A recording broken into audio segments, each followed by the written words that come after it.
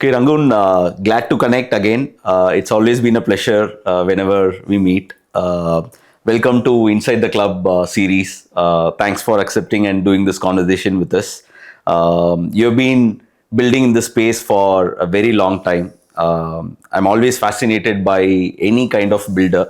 And in your case, it's a combination of meeting a builder and in a space which is has to be close to everybody's heart, apart from just being in the tummy. So lovely to connect and welcome to the series. Thank you, Ayyappan. Well, looking forward to this conversation. The first one was really great.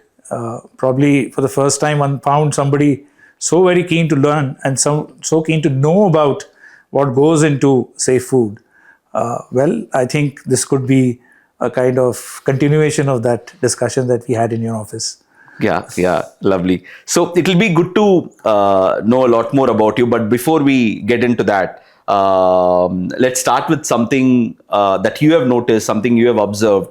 What do you think is the single biggest misunderstanding that any urban consumer would have about farmers? Because we all believe that we know farmers, including me. I think the generation that we have grown up with, especially for people who have never been to the rural side during the growth phases. And the only thing that we have seen or heard about farmers is probably when you go on a vacation somewhere, or you read about them somewhere, or you see them in the movies. These are the only sort of visibility you've had into the farmer's life. What do you think is the single biggest misconception that urban India has for the Indian farmers? Well, in my view, actually, the biggest misconception that people have is that farmers are naive, right? And they're irrational in their choices, and the kind of agriculture they practice is very inefficient.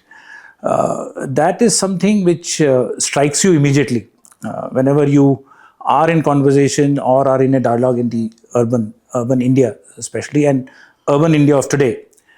You spoke about films, for example. If you see films, let's say 4 or 5, or let's say 3 to 4 decades back also, films captured much of what a farmer or farming was going through or agriculture was going through. That, I think, has undergone a change over a period of time.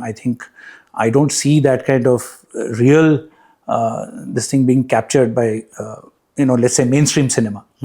And that is, I think, a very big disconnect between what farming and farmers are going through and how urban consumers or let's say urban India actually thinks of farmers. I think this is the biggest disconnect between the two. And this is mainly because of the fact that there is a great amount of lack of awareness in terms of the constraints under which farmers operate. So it's easy for any, let's say, an urban citizen of this country who find it very difficult to understand this fact that why don't farmers, make a certain kind of choice? Why can't they just stop farming something which is not yielding them much, or not really, the price realization is very low, or productivity is low? Why don't they just give up on that and start growing something else? Or the fact that why aren't they adopting certain kind of seeds, right? Or why don't they have access to water or something like that, right? And these are very, these are difficult sort of constraints to overcome for a farmer. And they're not simple. But in the eyes of somebody who has no, and I'll not say this is their fault or something, there's a problem in terms of the connect that has, which it needs to be established, but it's not there. For an urban individual, it is difficult to understand that, whether these constraints are real or unreal. So I think that is where the problem is. Got it. So I think it's a very valid point that you're bringing on, especially what I think when the Brits exited, somewhere I remember reading that almost 3/4 of the country was in poverty and we didn't have enough to feed. So a lot of things had to change very, very quickly.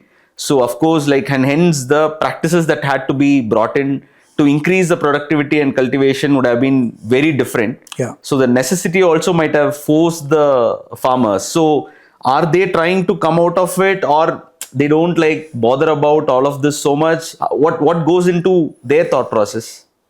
Well, you see, let's say in today's context, or let's say in today's grammar, if you say that, let's say in terms of business, I think farmers are also very, they are mature business people, right? They deal with markets. They have to make very difficult choices in the terms of what they will grow and what is going to be sold, let's say, after a period of 6 months, etc. So these are difficult decisions to be made. So that is one part.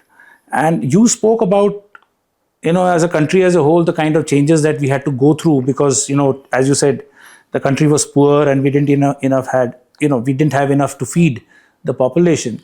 60s was a period when India, underwent a radical change, and that is what is called Green Revolution.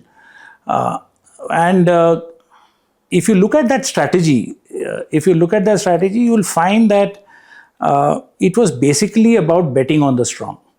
Right, and the understanding was that there will be a trickle-down effect which will happen.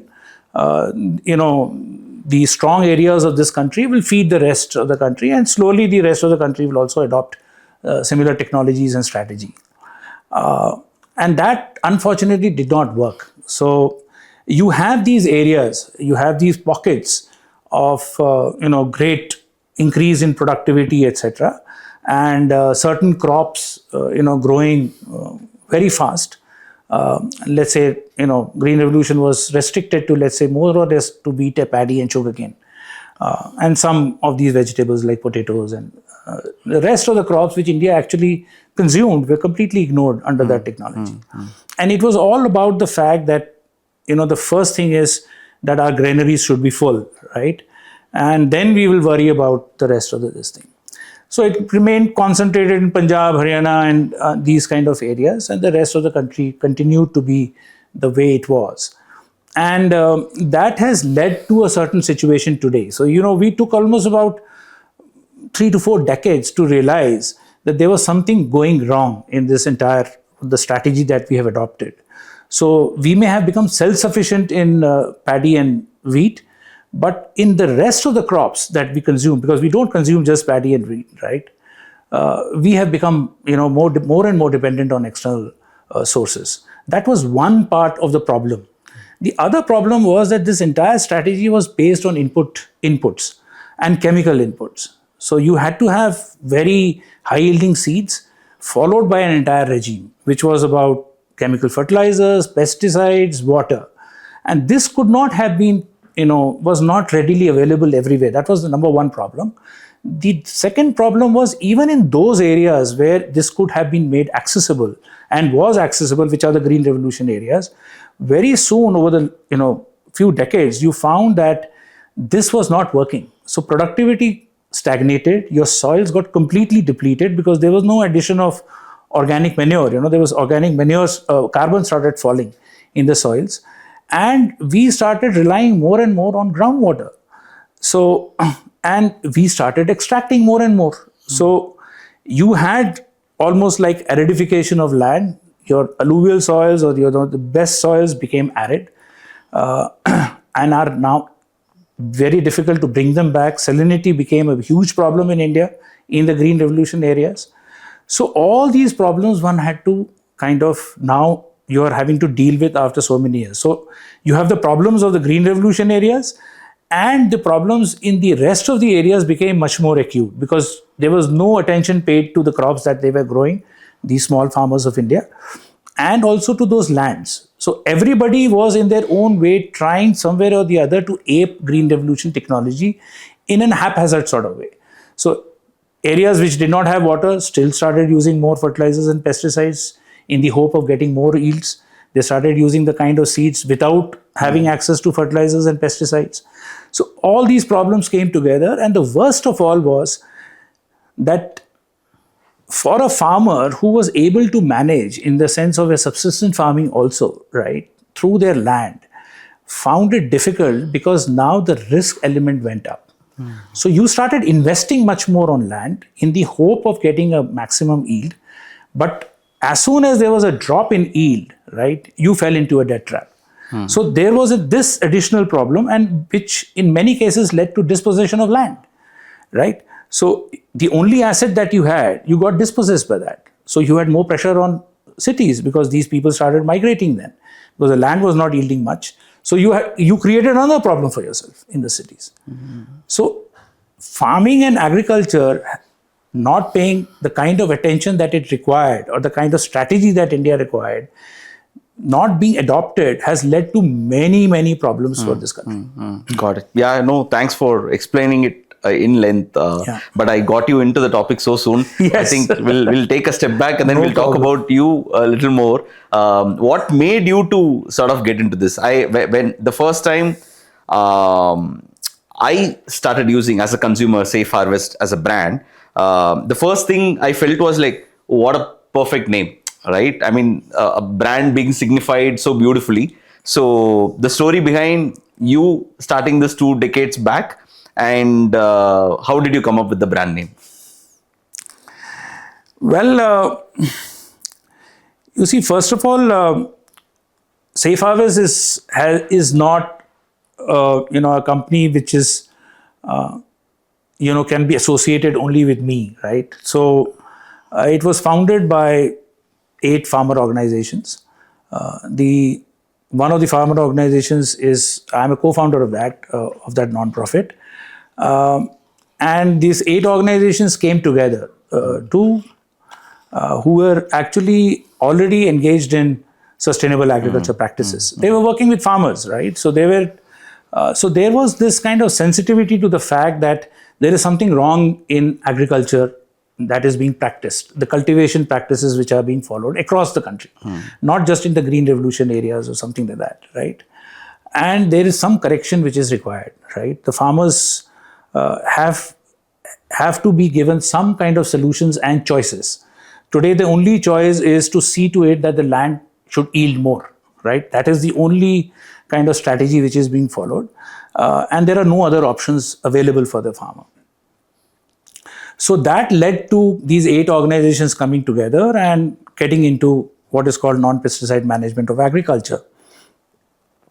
And the reason why it was about pesticides and not, if you ask me, I do believe that yes, it should be about non-chemical farming. It should be about the fact that farmers need not use market-based inputs, and much can be done at home, and you can get comparable yields. You don't have to really sacrifice on yields, but as a first step, giving up on pesticides is probably the easiest to do for a farmer, because they cultivate very low fertility soils.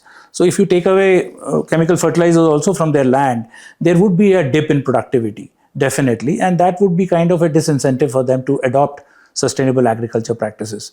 So pesticides is the problem in food that way, if you really see, because they come in as residues even if a single spray happens on your land. And most of these pesticides, or let's say chemicals which are found in food, are also carcinogenic. So they can have detrimental effect on your health, etc. And this can easily be taken care of. So that was the idea behind setting up this non-pesticide management of agriculture protocol. And these organizations had been working for quite some time with farmers.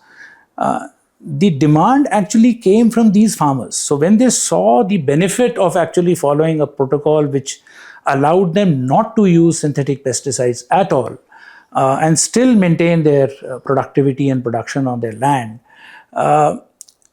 also brought in another, kind of thought in their minds, was the fact that this produce was still going into mainstream channels.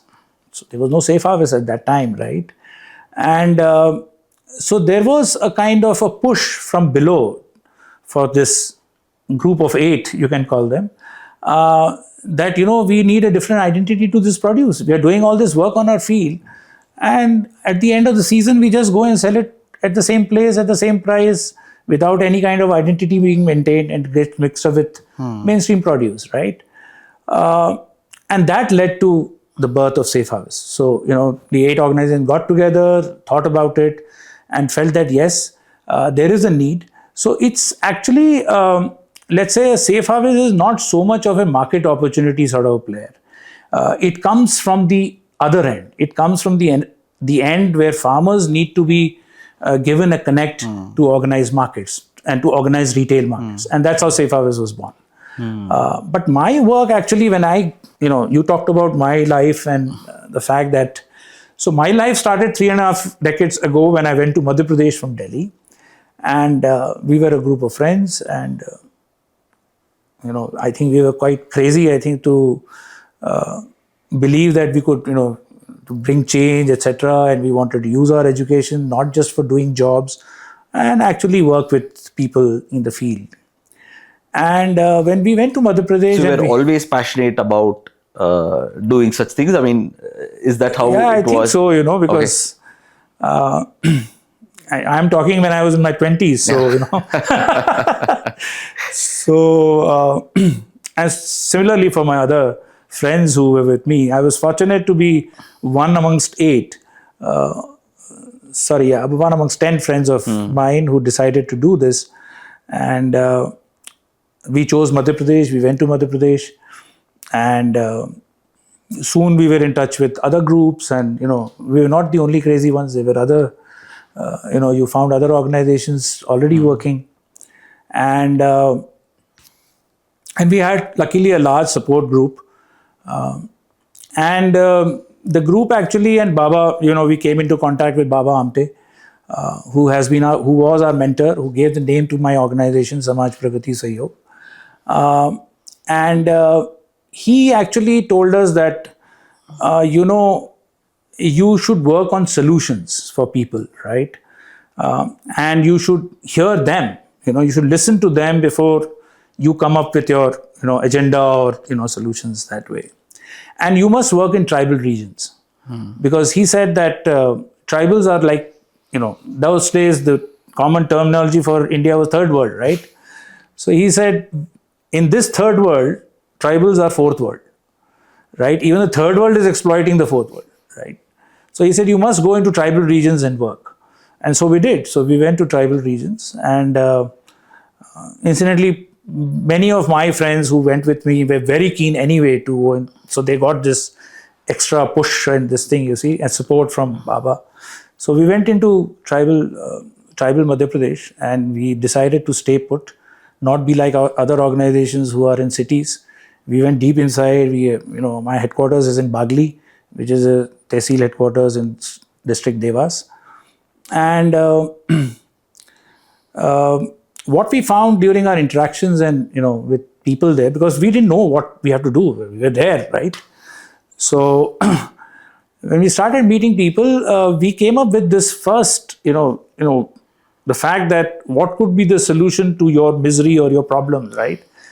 And the response that we got was, you please take care of the water situation, do something on water, irrigation basically, rest we will manage.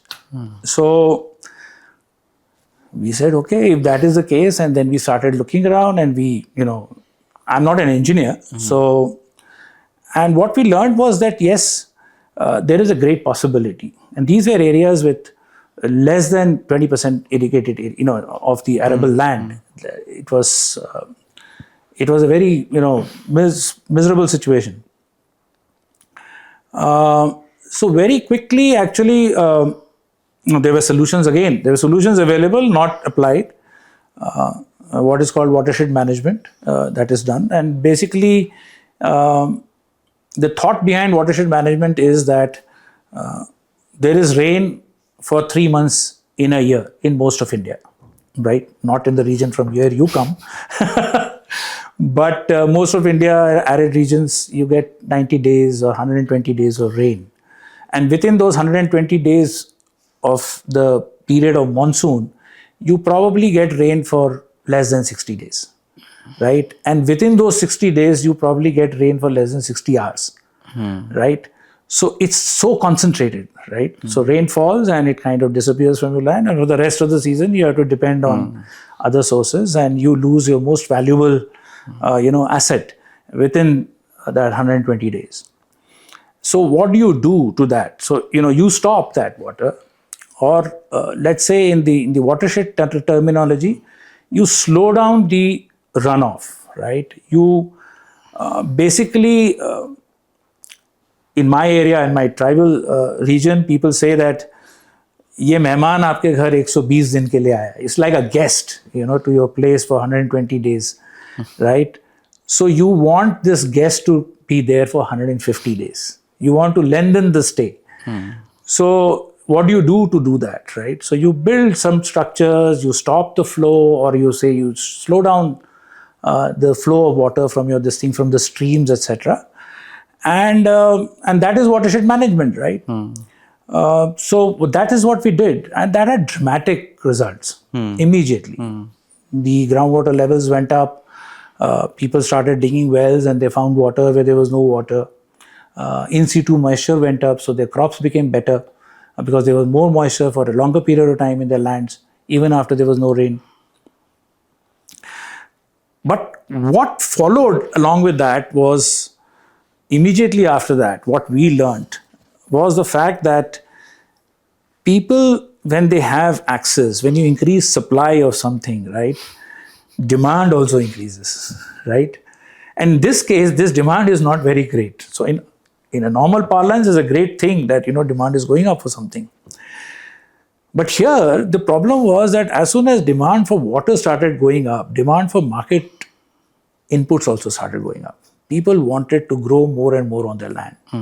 And for that, they brought in, because this is what they had learned from the peer group. So they brought in hybrid seeds, they brought in fertilizer, they brought pesticides. So within 5 years, you're back to square one almost, you see, because whatever supply you had created was being used up, and risk was going up. And that is what took us to agriculture. So we started from water, we went to agriculture, and then we got into associated issues around agriculture, like credit, Got it. working with women and such stuff. Earlier, so what triggered you initially was to go back to the people, Yes. and then check what the problem statement was, and then you wanted to work on it. Absolutely. In the course of the problem statement, you realize it's better that you pick the problem statement than somebody else picking it up for you. Yeah, because you were creating problems for yourself, you see, because we addressed that problem statement to a large extent, right? But it was a partial solution. Yeah. Right? We thought it's a complete solution. Once water would come, everything would be, very great, and but it was not like that. It was not hunky dory, you see, after that. The actual problems began once you had addressed, partially the problem statement. Got it. So the rest of the thing was far more difficult, because that involved going into their land, right? And agriculture is their main source of livelihood. So why should they actually listen to you, right? Knowing fully well that you are not an agriculturist.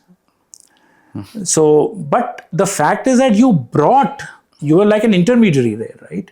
You brought in these experts to their land where they could speak, right? In India, there's the other problem. These research labs and the researchers and whoever is working on agriculture or seeds or cultivation practices do not have access to what their technology is leading to. They don't have a way of getting a feedback from the field.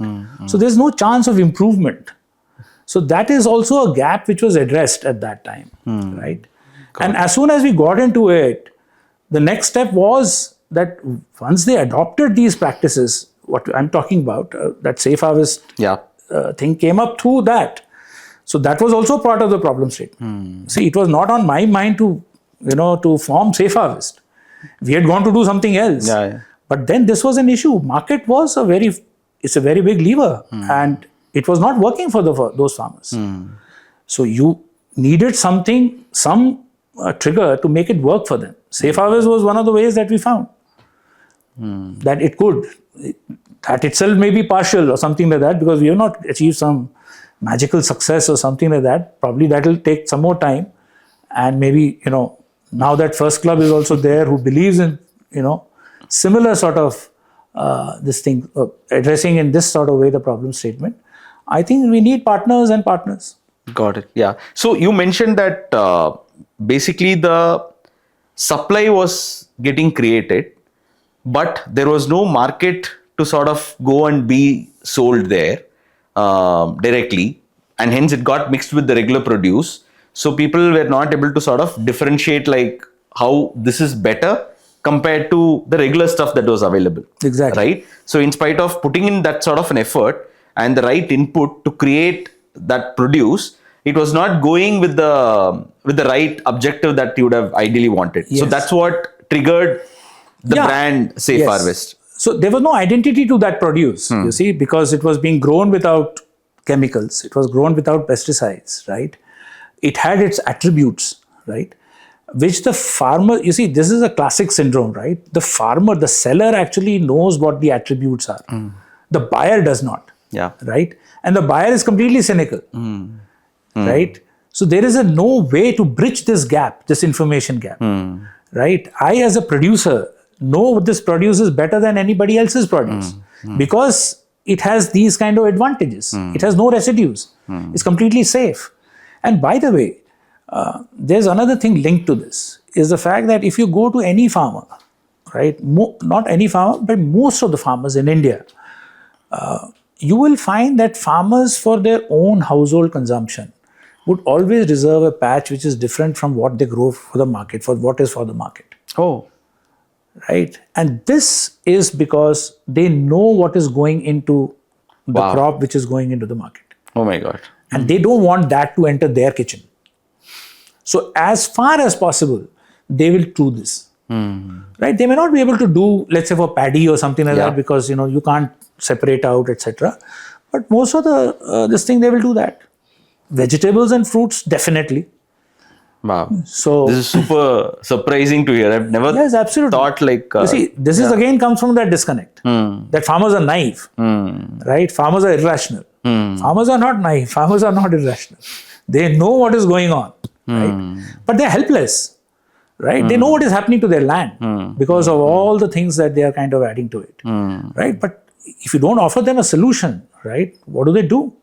They have to live with that. They know it's all short term, and tomorrow their land is going to become even worse than today. Got it. So even, I mean, of course, apart from this is the right way to grow and not using chemicals and all of that, we all understand that it's safe. We'll get into the details of it in some time. But even from an economic reason, from a farmer's perspective, if they keep using this, the land is going to get Yes.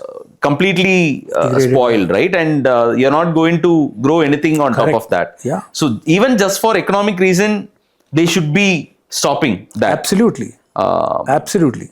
But somebody needs to sort of have this market Yes. who are able to sort of create the demand for them, so that there is an incentive for them to do this, so that they don't just think about tomorrow, but today as well. Today is equally important. Absolutely. You're absolutely right. I think farmers are basically waiting for this solution to be offered to them. And I don't think adoption would be that big a problem. You see, if adoption was such a big problem, we would not have been working with 90,000 farmers today. See, with my kind of revenues or the sale that I do through different platforms or in different regions, I may not be buying from more than 15 to 20,000 farmers, right? On a very back of the envelope sort of calculation if you do on productivity. But there are 90,000 farmers who are practicing this. So they see some merit in that. That's why they continue to do that. And it's just another trigger which is required. And market is a very big trigger. And if that comes in, you will easily see this doubling, tripling. Got it. So that you spoke about like how the brand origin started, what led to the other, and then how the brand came into the picture. The tagline itself of Safe Harvest is pesticide-free goodness. Yes. Right. And this is one of the very, very commonly asked questions, even to me, when I speak to the consumers about, hey, you call something organic, certified organic, then you call something organically grown, then you call something as residue free, right? So there are like so many terminologies. Firstly, that confuses customers, right? After that, like, how do I decide one over the other? That is point number one. Number two, how do I trust that it's important, and also I know that whatever they're claiming is what actually it is. Right. So taking the first question, what are like these are very very different types. You have consciously made Safe Harvest as a brand to be pesticide free and Yes. not as organic or anything. So Yeah. what led to this? Yeah, that's a good question, Ipan, because one is grappling with this every day, we ourselves, right? So you see, the thought behind this is that the term organic is reserved, or let's say, is owned by when you get a certificate, right? So until and unless you go through this protocol of audit or whatever the process is, you are not organic, right? You may be practicing, as you're saying, organically grown, right? It has no meaning at all, right? Because the term organic is about getting certified, right? And certified by agencies which are listed, which are known, a protocol which has to be followed, which is kind of very transparent, it's in public domain. But the whole process still remains very complex and expensive. We must always keep in mind that India is 85% smallholder farmers. And even if a smallholder farmer on his own, on her own, is certified organic, right? You are in the midst of non-certified farmers, right? You're practicing there, your marketable surplus is very low. Because ultimately, as I earlier said, they are anyway reserving part of their land and growing stuff for their own house, and they are very clear on how they are going to grow it and why they are growing it, right? Now the question of certification comes only to satisfy market, right? Because otherwise, why should they get a certificate, etc., right? They know all the benefits of growing it in an organic manner, etc., etc. Now the certificate is only for the market, correct? Now there is this complexity that you can't be an individual because you're too small, because market will not come to you till you have reasonable market surpluses, right? So you have to be a group, you have to be a larger group. There has to be an expense that has to be picked up. There are other complexities to it because you can't just jump from being a mainstream conventional farmer to organic. There is a transition period, etc., etc.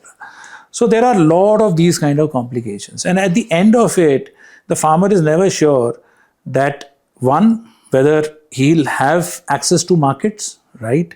And whether he'll have access to fair value for the fair price for the produce that is going to come from their land. So these two things remain in the uncertain world, right? Till these two are also solved, they will not actually switch. So for us, it was very clear that the areas that we were working, and when I say us, it means these 8 or 9 organizations who were responsible for, starting, or let's say, Safe Harvest brand. It was clear that our farmers are in very difficult geographies. That's number one. They're not very close to some city or something like that the produce can easily reach. So their logistics is an issue. And I'm talking about 2010, 2009, 10, 11. It's not 2025, right? So that's number one. Number two is the issue of the fact that all these farmers that we were working with were cultivating very low fertility soils, right? You had created access for water, and you had brought in a kind of a regime which they could follow, etc., etc.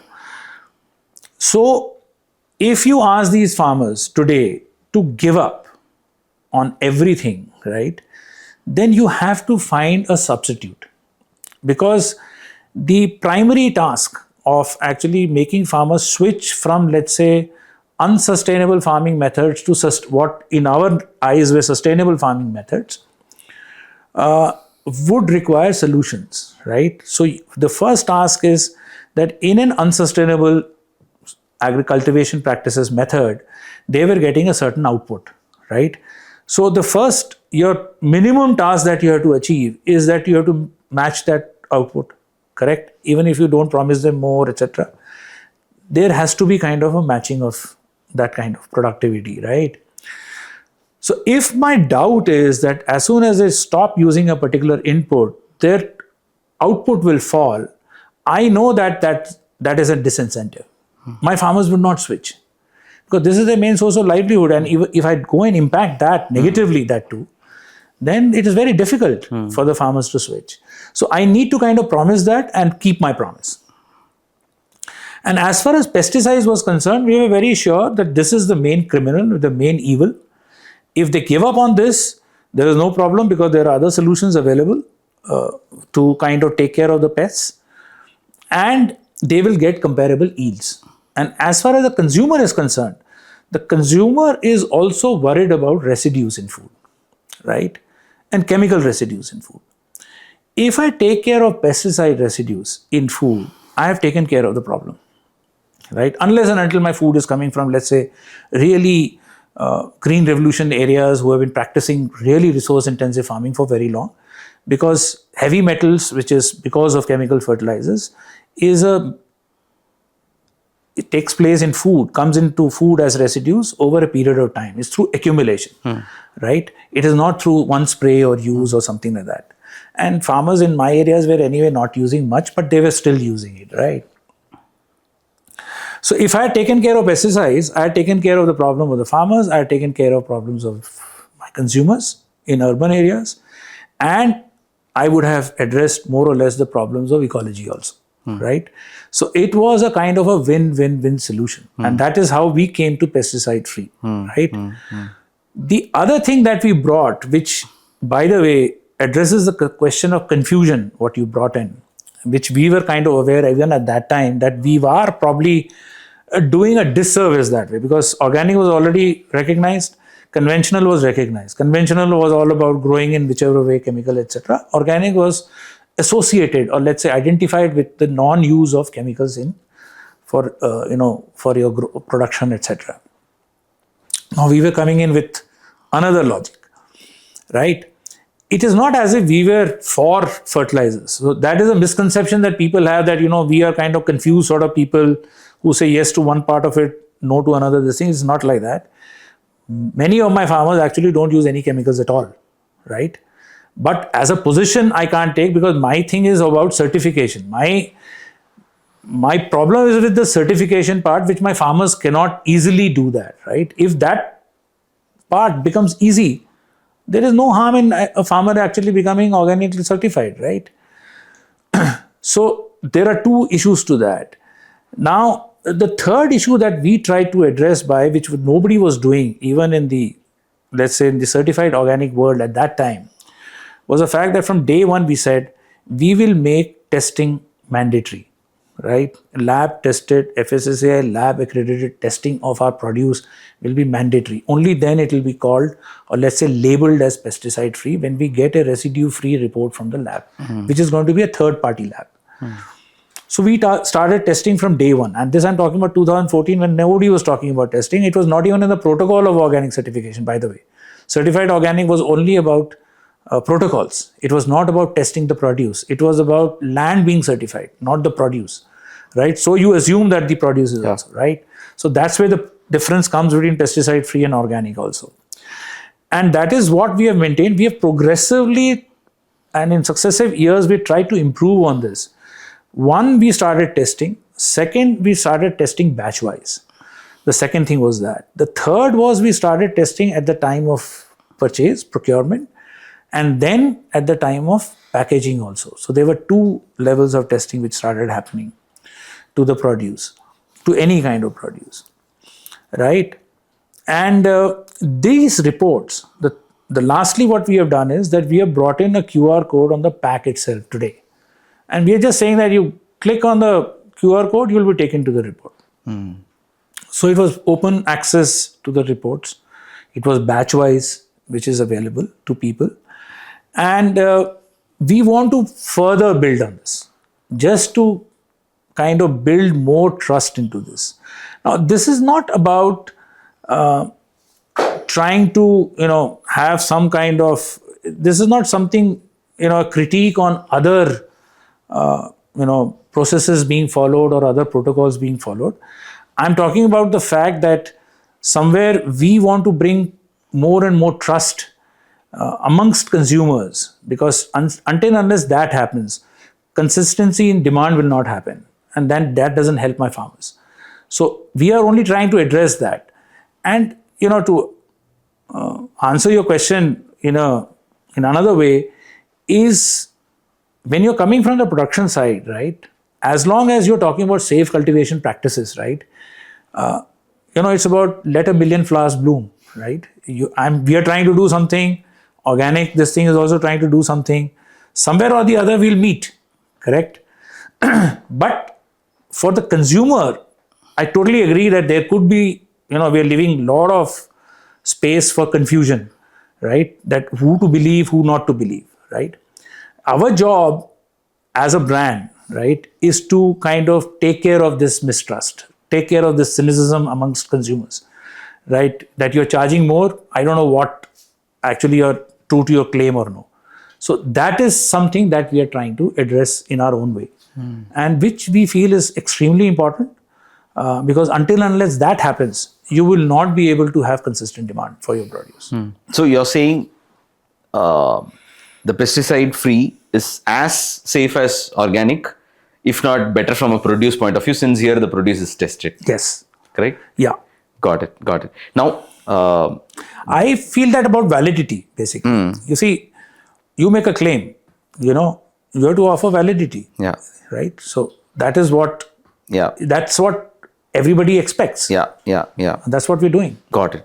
And good that you mentioned about it, like that every pack of yours carry about this report. Yes. Right. And that's very important. Yeah. Because it's not just going to be about like, hey, I got something tested. Yeah. After that, I don't know what happens to it. Yes. But every single thing being tested. Yeah. So just on that point, I mean, we've spoken about FirstClub in detail. So for us, as a platform, we believe that it's very important to sort of pass on this information and to create the trust amongst consumers. We don't want to be a retailer who will sell anything and everything, and the choice should be given to the consumers. We believe that certain standard needs to be set when it comes to food, and how do you sort of put that standard is going to be through these tests and reports. So on the app right now, if you go look at it, we have integrated the reports. I think ours is the only app. I don't know globally if anybody is doing, but in India, we are the only ones who are showing the reports before even you purchase the product. Yeah. So that makes it a lot more, from a consumer point of view, aware, trusting the platform, trusting the brand, trusting the product, and all this work that you are talking about, end of the day, needs to be taken to the consumer. Absolutely. So that was the reason behind integrating these test reports. No, and this is so important for us. It's such a big encouraging, it's encouraging news for us, because probably FirstClub is the first platform which is giving so much credence to this, right? You are placing it right on top of the agenda for you, right? That you want every produce which is sold through your platform to be credible, to be ethical, and stand by the claim. That normally does not happen with other kind of platforms. And I see this actually, I connect this to growing awareness, right? You as a platform has come up. There are consumers who are coming back to us also, asking us questions on, what do you mean when you say you're aflatoxin free, or let's say 231 tests you have done, etc. So these questions, I'll say about even 5 years back, pre-COVID days, were completely absent. As soon as we have got this QR code onto our pack, and we are also kind of talking about it, and then we have partners like you, that there is a kind of a chorus building, right? And I see that also happening with some other brands. You see, we started in 2014, since we, when we started serious business, but you see other brands also now doing this.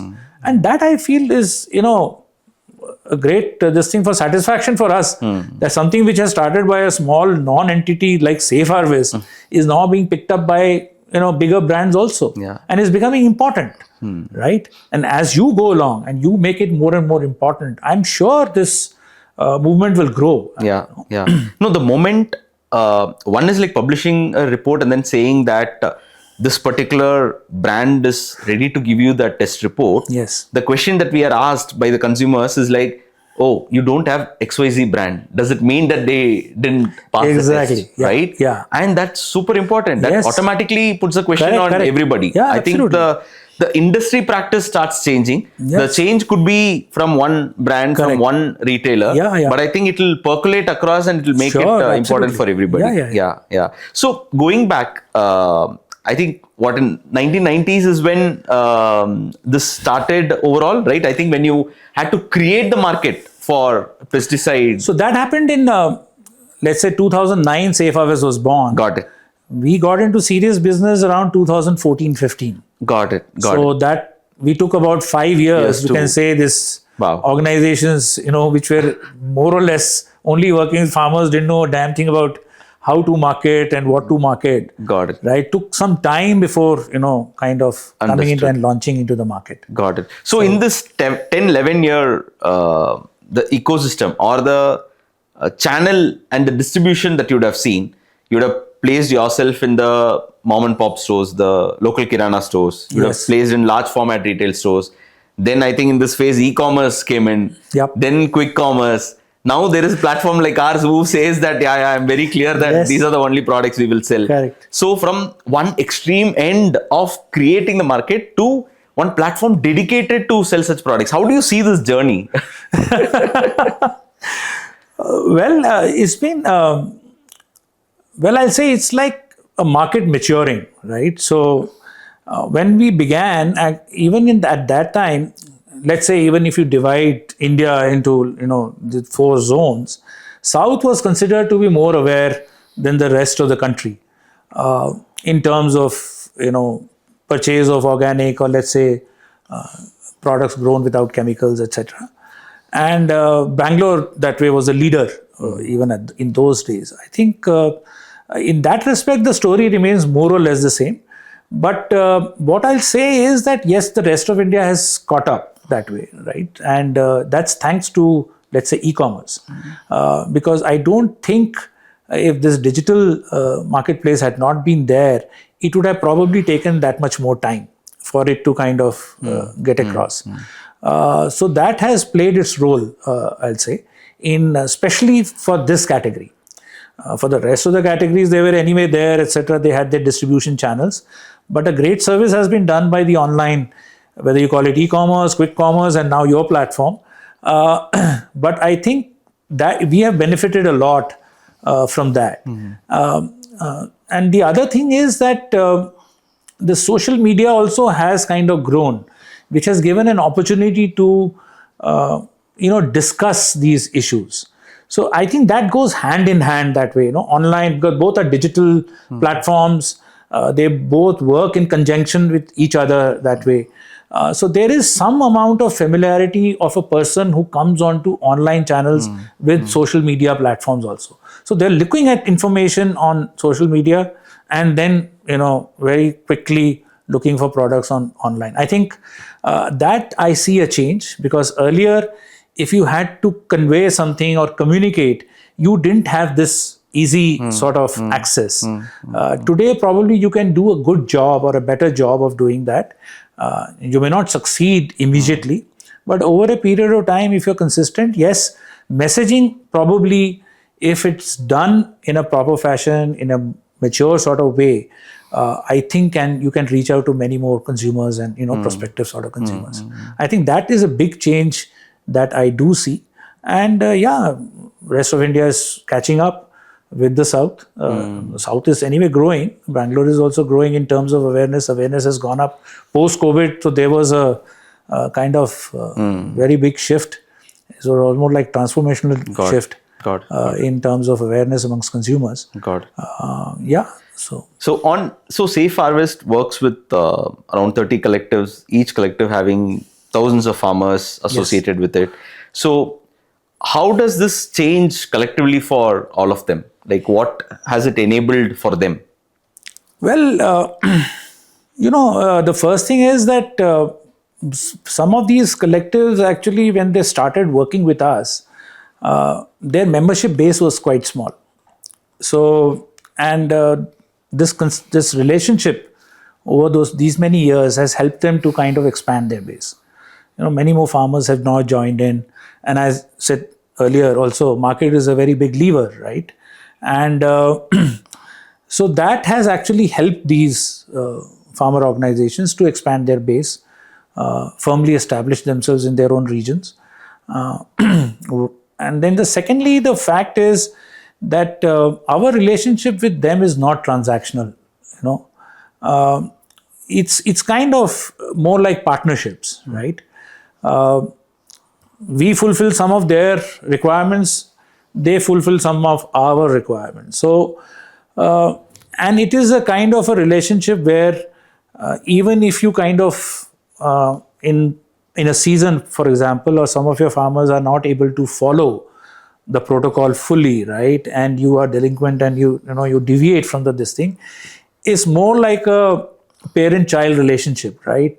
If a child or a parent makes a mistake, the relationship doesn't go away, right? You still remain in that relationship.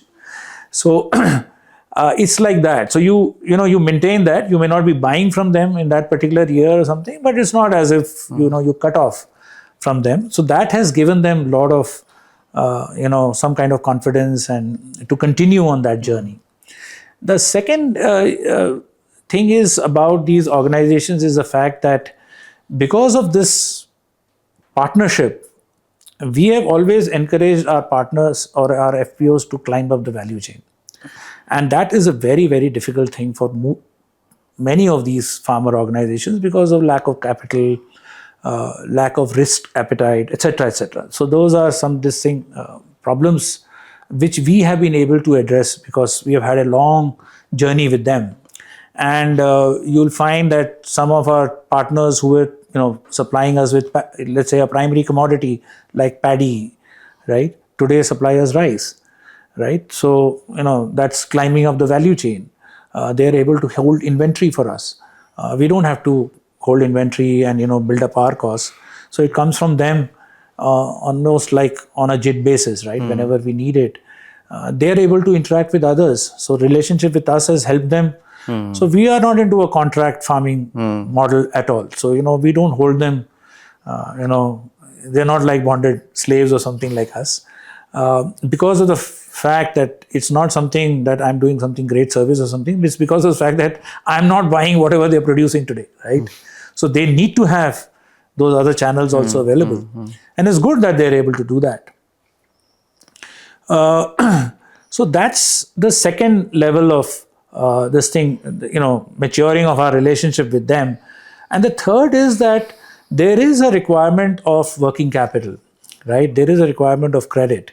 And we have been able to, kind of design tripartite sort of agreements with credit agencies where we underwrite and the credit is provided to the farmer organization to be able to buy from their farmers or to build some kind of infrastructure so that they can hold inventory or process or mill or something like that.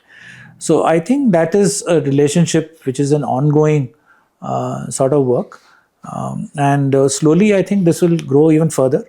And it's a kind of a win-win solution because there are many costs which I don't have to bear today, which I had to bear earlier. There are certain kind of oversight and overheads that I had to take care of, which I don't have to do that anymore, right? So it helps. So this is enabled very clearly then. Yes. This is sort of had the overall community or the existing set of folks to sort of have a very clear market. So has it accelerated more farmers joining the bandwagon? They also started seeing that, okay, this is something that's possible, getting a better price, getting predictable demand. So are you seeing more farmers joining in, or still you feel that the hockey absolutely. stick? I think when we started, we were not 30 farmer organizations. We were only 8. So one is the number of organizations has gone up. We were primarily buying from only 4 or 5 states. Today, we buy from more than 8 states. So these are, because of the expansion in terms of the organizations who have come in. It's also because of the fact that we are now, buying more products. We were not in, today we are about 55 to 60 products and 110 SKUs. Earlier, I think we were only about 30 products or so. So the number of products has gone up. So our relationship with those new farmer organizations has come in. There is interest amongst farmer organizations because you must understand that, right? Because take a product like commodity like groundnuts, for example, right? Now groundnuts can be grown in all the seasons. Now, but there are regions who grow it in the monsoon season. There are some who grow in the winter. There are some in the summers. So for a single product to work with 3 organizations who are probably in these 3 geographies, I'm not saying that I have all 3, but that's a very great situation or a great comfort for a company like Safe Harvest, because then I don't have to hold inventory. I can buy in the post monsoon, I can buy post winter, and I can buy post summer. Got it. So something like that. So for the same product, you have 3 partners, right? So got it. That also has kind of helped us and helped these organizations also. Got it. Yeah. So I think interestingly, we spoke about the source, origin, channel, and then I think even before the term crowdfunding or crowdsourcing came in, you actually did it where the farmers came together and then have enabled to create this brand. And the most important thing when such sort of a supply is created is to have the market prepared for it.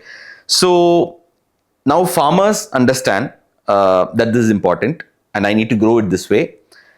And there are consumers who are also conscious about like what they want to eat, and it's going higher by the year. Now, how do both of them meet? Well, that's actually it's actually a challenge for safe food. When you're especially without involving middlemen in between who don't have any other vested interests for themselves. So, well, the issue is, let's say Bangalore, and let's say an area like Madhya Pradesh, from where we are buying some of our commodities and all that. And how do you establish a supply chain, right? You need a dedicated supply chain. You have to ensure that contamination does not happen, etc., before it reaches your consumer. So that is one connect, you can say, that as volumes will grow and and as there is a consistent demand from the market, like Bangalore or any other metro that we are working in, then there is a kind of connect that can be established. That's number one, right? Number two is the fact that there is now a lot of emphasis on, let's say, something like traceability, right? So as this awareness goes, or let's say this kind of thought process comes in consumers, that they're more and more keen on knowing from where my food is coming, right? Who is growing this food? Whose hand is involved in this, right? And if we can create this, right, this ecosystem where consumers are interested, right? It is already happening, right? But this can be hastened. Then this connect will become even more easier, right? Because for some product is easy. You see, you can take consumers and you can ask them if they're from near Bangalore to this, rural, which is right next door, which probably happens in some other perishables and all that, vegetables, dairy, etc. They grow around this thing. They can't come from far because the supply chain is very complicated. But here there is a difference, right? So you can take them to the farm and actually make, you can get a feel of what is going on, and which is what we want. We want consumers to be able to know or relate to those producers, right, who are bringing food onto their table. So we have to look for other ways of doing it, right, which maybe not be the most effective, but yes, it is more effective than what it is today, is to create this consistent demand, right, and make these faces real, right, who are growing this food. And the other way of actually doing it is about making sure in terms of traceability, right, through other means. For example, we discussed this about QR code, right, where you have a report, right. Now a report also in some ways is impersonal, right. It's just kind of details out all the chemical compounds and tells you that, okay, none of the residues are there and you can be very happy about it. But you leave this desire, kind of unaddressed, that who's behind this ultimately, right? And that is where the rest of the elements of information and knowledge has to come in, where you make consumers go closer to those farmers. And similarly from the other side, that it's important for farmers to actually know where my produce is going, right? Ultimately, who's the one who's consuming this? And we keep doing this, we keep trying. On the farmer's end, we have been able to do it far more successfully because the access is very clear. Consumers are far more difficult because there's not a one-on-one relationship, right? But through other means, because just the way I told you, there's digital platforms available. There are more and more people coming back to us through our QR code, this thing where they ask us, where does this produce come from? Which is the geography? Is this geography anyway default organic or something like that? Or have the farmers switched from conventional farmers to being now pesticide-free farmers? So these are interesting sort of questions to kind of to deal with, right? And they are starting points in some kind of discussion. And this is the connect. The QR code is one connect. Supply chain is another connect, which needs to be explained, because this is something which is completely in the unknown territory today, right? How does the food come onto your table without being contaminated? Right? No, you're right. I think largely when the food categories we need to see, one is fruits and vegetables. Of course, there is this organic and pesticide-free in vegetables and fruits also. Second, dairy, animal produce, dairy, eggs, all of these products where people test for growth hormones, antibiotics, all of that. Then there are these packaged foods where the new in thing is basically to read the labels and understand the ingredients, what is good and what is bad. But when it comes to staples, there is no ingredient which is fundamentally different from how a packaged food. You can pick up any FMCG product, you can flip it back, and then you can read the ingredient it's made of, and then you can say, oh, you know what, I feel this ingredient is bad, artificial color I don't want, artificial hormone I don't want, and all of that. But when it comes to staples, which is, by the way, it's like the much larger consuming category than even your packaged sort of snacks and other categories. So staples is so important. So do you think consumers are taking that much effort to understand like how should I be buying my staple? And this is very important to avoid in my staple, which is going in, because Indian staple food is rice or wheat. And both are staple products and which don't have any ingredient concept, but how is it grown? Let me take the example of rice. You just mentioned it, right? So if you look at rice, just a few years back also, the only differentiation which was in the minds of most consumers in India was basmati and non-basmati, right? Basmati was considered this premium, etc., and the rest of the rice was all part of the same bandwagon, right? Today it is not so, correct? Now people associate with varieties, with regions. If you speak to anybody today, they will say Sona Masuri, they will say Basmati, Ambe Mohor, something, they will know at least more than 3 varieties of rice. Now that, I think, is an awareness sort of building. That has come from both ends. It has come from the market and the brands, and it has come from the interest of the consumers in what they are consuming, putting on the table. So I think that's number one, which has happened. So there is, now a growing sort of awareness, or let's say hunger for information. The second thing is in these products, as you said, say staples, there is a lot which happens post-cooking also, right? You take rice, you cook, and in rice, it's about age, correct? A rice which is, let's say, 4 or 6 months old versus something which is 8 to 12 months old. There is a huge difference in the post-cooking parameters. It'll be more fluffy if it is more aged. It'll give you better yield in the sense that you take up 1 unit of rice, it'll give you more of cooked rice. So, and these are things which people understand. Unfortunately, what has happened today is that people are also shying away from going into kitchen, right? So they probably, earlier they were cooking every day. Today, probably they're cooking only 4 times a week. And this is not, I'm saying that the women have to go and cook. I think it is a responsibility of everyone to kind of go back to their kitchens. So it is related somewhere to that particular what you were asking. So rice is very clear, right? Apart from the varieties and the taste, it's also about the post-cooking characteristics of the product.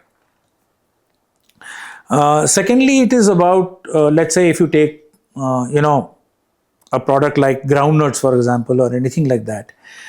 It's about the quality in terms of people don't look at the fact that there are so many things going into groundnut which can be actually harmful to you, in the sense that if you're not taking care at the time of growing or post harvest. And if that can be taken to people, right, of consumers, in that domain, if it reaches, for example, we highlight the fact that our groundnuts are aflatoxin free, right? Now this is not about chemicals. This is about how you store, what you do after post harvest, etc. To the groundnuts. So if this, and aflatoxins are carcinogenic, and this is an information which is completely absent in the domain today, right? So if this can go, and if this can go from, let's say, because FirstClub is sensitive to such information going to consumers, then there is a differentiation that you're creating between you and the others. And this has nothing to do with taste. This has nothing to do with cultivation practices. It has just to do with the fact that how you are storing, how you are drying, right? So, and thirdly, it's about just the way rice is. It's about other products also. You can take pulses, for example, and I think we were talking about pulses the other day when we were in your office.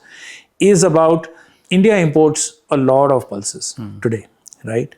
You take imported dal, right, which you cook. Probably you must be eating every day, one dal or the other in your house, and you take any dal which has been grown in the country itself. I'm not saying pesticide-free, organic, nothing like that. There is a clear difference between the two, right? Post-cooking, which you will find. This dal will be separated, the imported, it will never kind of become the way we understand, or we have this thing of dal, understanding of dal, and the Indian grown dal will be. Similarly, for conventionally grown dal and the taste, you may add many things to curry. I face this problem a lot amongst my cynical colleagues of mine who sometimes tell me, dal is a dal, right? What is the great difference between dals? I say that, look, you pick up Safe Harvest dal and you take up any other dal of some brand which is not in this space, and you will find your difference, right? Why should I be the one who should be telling you or impressing upon you that there is a difference, right? You should try on your own. And the third factor, which we don't highlight today, right? But I think we should be doing that. That's our shortcoming, not anybody else's as a brand, is the fact that why are people becoming so much sensitive about the region from where their produce is coming? It's almost like GI tagged, right? Basmati is GI tagged. Now, when you talk about jeera, for example, they say no, it's coming from Kutch, it's coming from Rajasthan, etc. Is because there is some quality, there is some value attached to that, right? And that is connected to cooking and post-cooking flavors or taste, right? And if cultivation and region from where you're getting your produce or you're sourcing your produce comes together, right, there is bound to be a difference from what is normally or conventionally available in mainstream. So what you're saying is it's not just about the safety part of it, but even from the taste part of it, it plays a big role. And there are there will always be one section of Indians who will say that no, I don't care about anything else, but just for the taste, I think you should go for the brand, right? So I mean, I think from a brand, I feel for taste, people are ready to pay a price. So I think even there, look at fruits, look at vegetables and staples. People are ready to pay a premium. How much that premium should be is now, that is a matter of, kind of is left best to a consumer. But definitely a consumer is ready to pay a premium as long as it ticks all these boxes. No, you're right. And that's the reason why on our platform, it's not just about curating a set of brands basis, say, what sells the highest, basis who's giving us the best margin, but for any of the category, we put these specific standards like why should a certain brand be listed. That is one.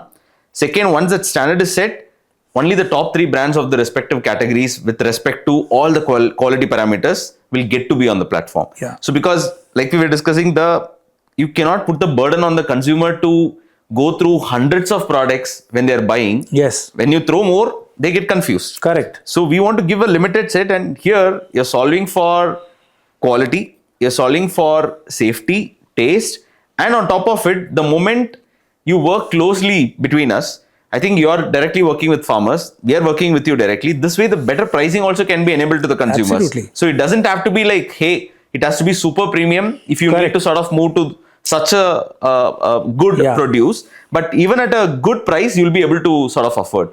I think that will sort of set the change in consumption pattern and how people see this as like, yeah, this is basic. I can't be like consuming. I think the biggest service you're doing to a consumer is that you're taking care of the clutter. You know, this confusion comes also from this clutter. There's so much of noise around this health, immunity, etc. Right? Yeah. And you are treating food just as fuel when they talk about, this thing about protein, for example, right? You're just separating that out from the rest, correct? That what I talked about kitchen, for example. Right? When you go into a kitchen, for example, and I cook, I don't cook very often, but yes, whenever I cook, there is a relationship that you form with that particular product, right? You're cutting a vegetable or you're washing your lentils, right? You are thinking about it, right? From where it has come, what it is doing, etc. If there's a disconnect with that completely, right? Then your food will also not carry much for you, right? You will only be, let's say falling into that trap of ultra processed food or whatever you call it, because there is a question of comfort and nothing else. Got it. So what you are doing is also in a way pushing people back that, start loving what you're eating. Yeah, absolutely. We all spend so much time in consumerism and everything, but the fuel, like you said, is the food. Correct, and if you don't choose the right one, then either you spend on food or on hospital. Right. The choice is yours. Where you want to spend. So, yeah. So if you could ask consumers for one change in their behavior, consumption, shopping, what would that be? One change. Well, I've repeated it so many times. One change, I will say, please go back into your kitchens, and start, cooking again. Start loving the very act of cooking. Go closer to your food or what you're consuming, right? And that definitely will form a completely different sort of relationship with food. So, from what it is today. Got it. Yeah. I think closer to it, then you notice more, you be more conscious on what you're buying, what you're eating, everything. Absolutely. That's true. So, you've spent like these many decades in this. What gives you the hope? You see, what gives me hope is the fact that, firstly, I come from the farmer's side that way. What gives me hope is to see these farmer collectives actually doing much better than before. And in fact, their optimism is my optimism, because optimism is not just, this airy-fairy thing. What they're seeing something happening on their land. That's the first optimistic signal that they're getting, that my land is better. I'm getting the same kind of produce. The second is in terms of the connect that they now have with markets. The third is the collectives that they have been able to form. This kind of social fencing. They started with, let's say, a few farmers, 10%, 20% of the village. Today it has gone to 80 to 90% of the village doing the same kind of protocol, right? So it's a kind of a fencing. Now there's no danger or risk of pesticide contamination happening from outside into their land. So they're completely secure in that way. So that gives you a lot of hope, right? Because now it is not something that you're pushing in, correct? Because they now have completely absorbed this. Now, whether it's safe harvest or no safe harvest, they'll continue doing that kind of agriculture, correct? So because there is some kind of economics involved in that, there is a math involved in that, right? It's cheaper now for them to do this kind of farming. The second is in terms of the fact that their collectives have now become bigger. So they're able to kind of dream bigger. So it's not just about primary commodity. It's about value addition. It's about the fact of investing into infrastructure. It's about the fact that converting paddy into rice and selling rice. It's not just about dealing with safe harvest, dealing with other this thing. So that's one part.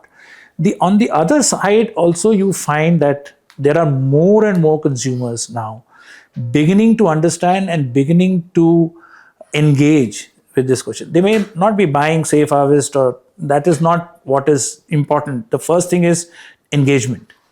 I find that in the last year or two, the engagement level with the brand of consumers has gone up tremendously, right? We keep getting questions from people, and we keep getting questions also with people in the government departments who are involved with food safety, right? They have started coming back to me and saying that, what is your badge? And they're getting into intricate questions about this, right? So that gives me a lot of hope that even if, and the biggest optimism comes from the fact that, which I keep repeating, I've been keep repeating it for the last 1.5 years after I've seen this happening right in front of my eyes, is that for a country like India, whether we turn organic or no completely, pesticide-free is definitely possible. So that is the optimism that I carry, right? And I see that because I am working only with 15 to 20,000 in a transactional relationship. My number is growing. I've reached 100,000 farmers who are kind of today practicing this kind of agriculture. So from the supply side, I don't have much issues. My problem is demand, and that's where FirstClub comes in as our strategic partner. We will do it together. Yes. That's the hope. Lovely. So good to hear your journey and where Safe Harvest started. And I think a lot of information when it comes to choosing the right stuff when it comes to eating. I'm sure people who have heard this would be a lot wiser in choosing the right choices that they're going to make when it comes to staples. Thanks for doing this, and continue to build for all of us. See, the demystification answer I found now. So what's the food myth you would like to break? The myth is, in today's world, especially for this generation, is all about the fact, as you said, at the back of the pack, is about nutrients, right? And this separation, this isolation of nutrients is something which is completely wrong, right? Food is complex. It's about complex sugars, complex high carbohydrates. Until unless food is like that, right, you can never enjoy it, or you can never be satiated in the sense of this thing. So you're going more and more into comfort food, more and more you're becoming unhealthy if you make such choices. So that is a demystification that we want to try doing. Got it. Especially given today's world, right, where you're moving towards protein bars and this thing. Everything is made very simple. Yes. Yeah. Got it. Yeah. No, but lovely to have the chat. It was so engrossing and very insightful. And I'm sure everybody who's hearing this would be a lot more informed in making the right choices when it comes to food and staples. Thanks for building Safe Harvest. And I'm sure we'll partner together and ensure a lot more people are consuming the right kind of food choices in their lifestyle. Thank you so much. Thank you. Thank you so much, Ayyappan. Fantastic. Thank you. Great opportunity. Yeah.